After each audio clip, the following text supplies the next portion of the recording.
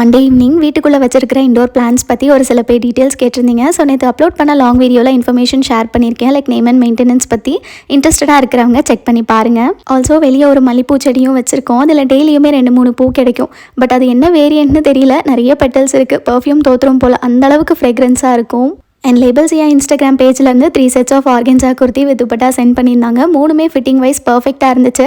குவாலிட்டியுமே சூப்பராக இருக்குது. மெயினாக துப்பட்டா ரொம்ப அழகாக இருந்துச்சு. அவங்க பேஜ் கீழே டேக் பண்ணுறேன், மறக்காமல் செக் பண்ணி பாருங்கள். தென் நைட் டின்னருக்கு குவிக்காக செய்கிற மாதிரி ஏதாவது ரெசிபி யோசிக்கிறப்போ பாஸ்தா தான் தோணுச்சு. அதுவுமே தனியாக வேக வச்சு வதக்கின வெஜ்ஜஸோடு சேர்த்து சமைக்கிறத விட எல்லாத்தையுமே ஒரே டைம் போட்டு 1 to 2 whistles ஹை ஃப்ளேமில் வச்சு இறக்கிட்டோன்னா குவிக்காக முடிஞ்சிடும். நீங்கள் யூஸ்வலாக மசாலா பாஸ்தா எப்படி செய்வீங்களோ அதே தான். வெஜிடபிள்ஸ் குக் ஆனது 1 கப் பாஸ்தாக்கு 1 கப் தண்ணி விட்டு விசில் போட்டுறணும். டேஸ்ட் வைஸ் பார்க்கும்போது இது ரொம்ப ஜூஸியாகவும் சாஃப்டாகவும் இருந்துச்சு. அண்ட் குயிக்காகவும் செஞ்சு முடிச்சிடலாம். நான் எடுத்த பாஸ்தாவோட குவான்டிட்டி 4 பேருக்கு பத்தலை, 3 பேருக்குன்னா கரெக்டாக இருக்கும். ஸோ நீங்கள் செய்கிறப்போ குவான்டிட்டி மட்டும் பார்த்து போட்டுக்கோங்க.